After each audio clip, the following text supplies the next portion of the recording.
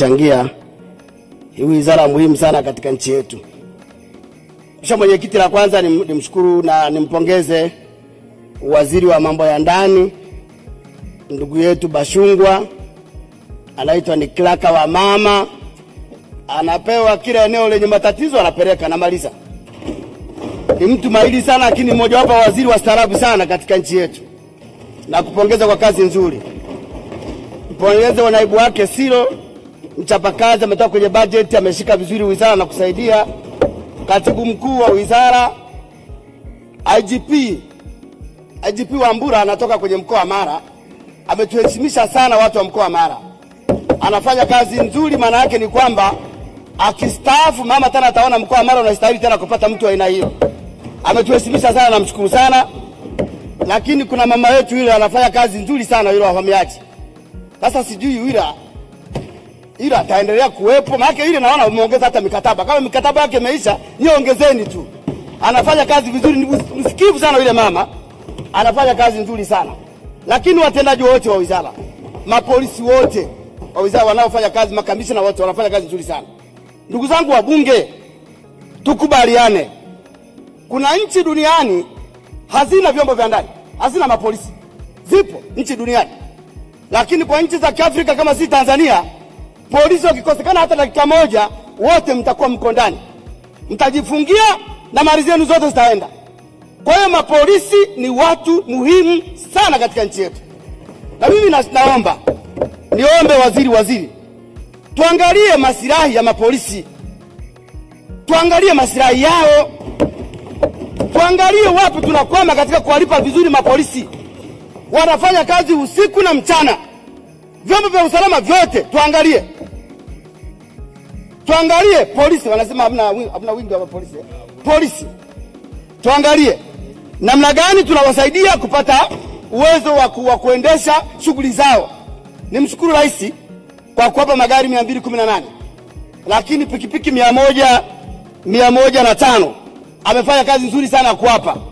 Ili tuweze kujenga usalama wa kutosha kwenye nchi yetu, lazima polisi na vyombo vingine vya usalama vipate usafiri na vipate maslahi ya kuwatosha ili wapunguze ghadhabu zao katika maisha yao ya nyumbani. Mheshimiwa Mwenyekiti, Tanzania ni nchi huru. Na sio huru tu. Katika mataifa mengi ya Afrika, sijui kama kuna mengine, sisi ndio Jamhuri ya Muungano wa Tanzania. Taifa letu ndio linaitwa Jamhuri ya Muungano wa Tanzania. Ni nchi huru. Inahitaji amani, inahitaji usalama, inahitaji ulinzi wake wa kutosha, inahitaji kujilinda yenyewe.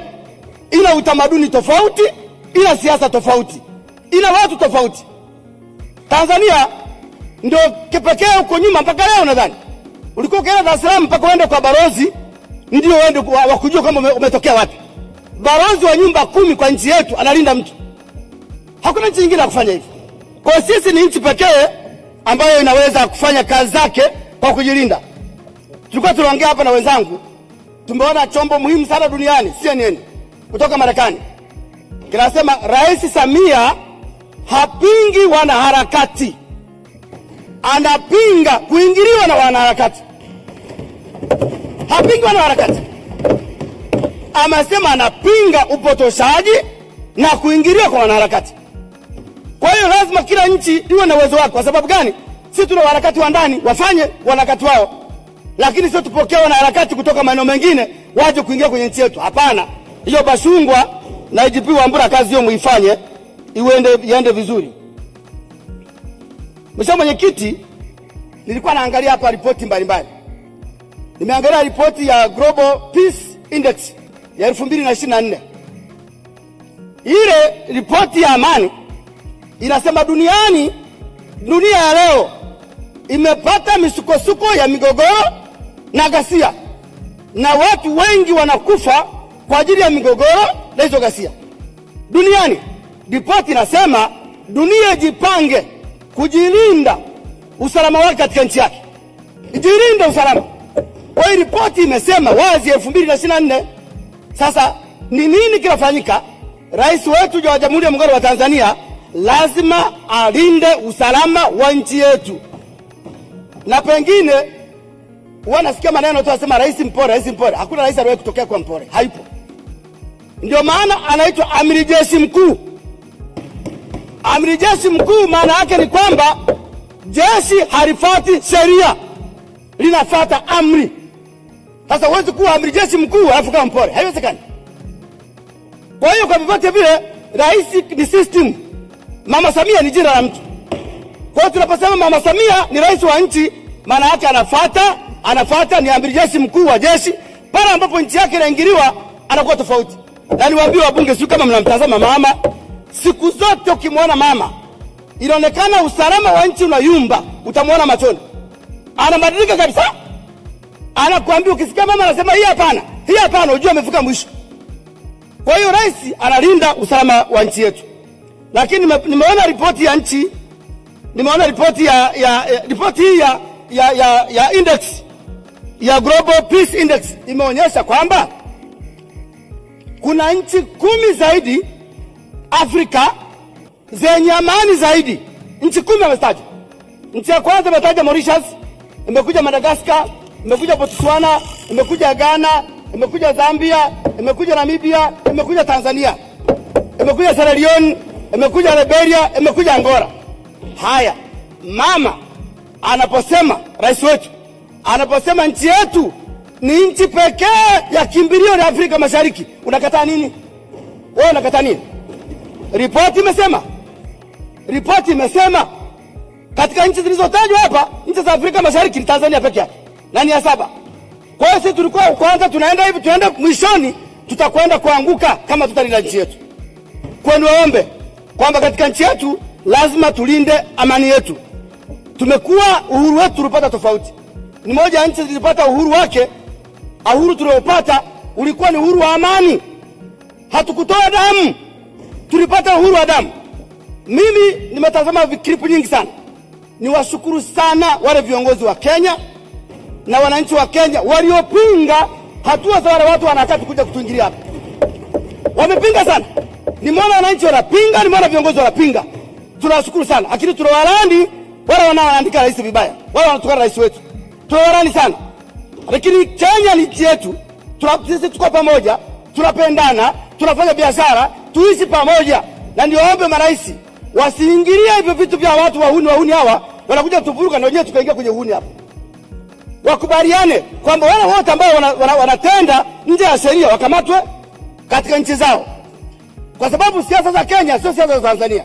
Kwa hiyo niombe, niwashukuru sana wale watu wa Kenya wanaokataa mambo hayo, wanaopinga uhalimu waliofanya wanaharakati waliokuepo, ili tuendelee na nchi yetu. Mheshimiwa Mwenyekiti, nimezungumza hayo kwa sababu nchi yetu inahitaji amani. Tunahitaji amani sana sana sana sana. Hakuna mtu anaweza kupinga, hakuna mtu anaweza kusema kwamba tunaweza kuendelea. Wameonyesha kwanza shirika la fedha duniani limeonyesha mpaka sasa nchi yetu pato la taifa ni bilioni 85.6. Limeonyesha, linasema kwamba kama Tanzania itaenda na amani yake hivyo hapo ilivyo, ikifika 2028 nchi yetu itakuwa na pato la kitaifa ambalo itakuwepo bilioni 136. Sasa kama hatuwezi kulinda mikakati yetu ya kimaendeleo, hatuwezi kulinda miradi ambayo tunayo ya mikakati, hatuwezi kufikia hilo pato. Kwa hiyo tunaomba amani yetu iendelee kulindwa. Viongozi wetu wa polisi, viongozi wetu wa kijeshi na watu wote kwa Tanzania tuendelee kulinda amani ya nchi yetu. Lakini pia niombe serikali ya CCM, huko tunakokwenda tuanze kufanya vetting. Tuanze kufanya vetting ya watu wanaoingia madarakani. Hata sisi wabunge tufanywe vetting. Hii habari ya kuandaa watu na kuwapa madaraka alafu katikati hapa anaanza kutukana serikali, hapana, tufanye vetting. Wazalendo wa nchi hii waendelee kupewa vyeo. Wale wahuni wakae pembeni. Nakushukuru sana, naunga mkono wote. Asante sana Mheshimiwa Boniface Mwita Getere. Nimtaja Mheshimiwa Elbarik Emmanuel King. Lakini kubwa kuliko yote ni kemea tabia mbaya ambayo watu wanaichukua AI, wanaenda kuleta michezo ya ajabu, wanachora mapicha si mazuri kwa ajili ya kufanya bullying kwa rais wetu Samia Suluhu Hassan. Kama mjumbe wa kamati ya ulinzi na usalama, ninakataa na nanyekemea kitendo hiki kwa sababu hakikubaliki.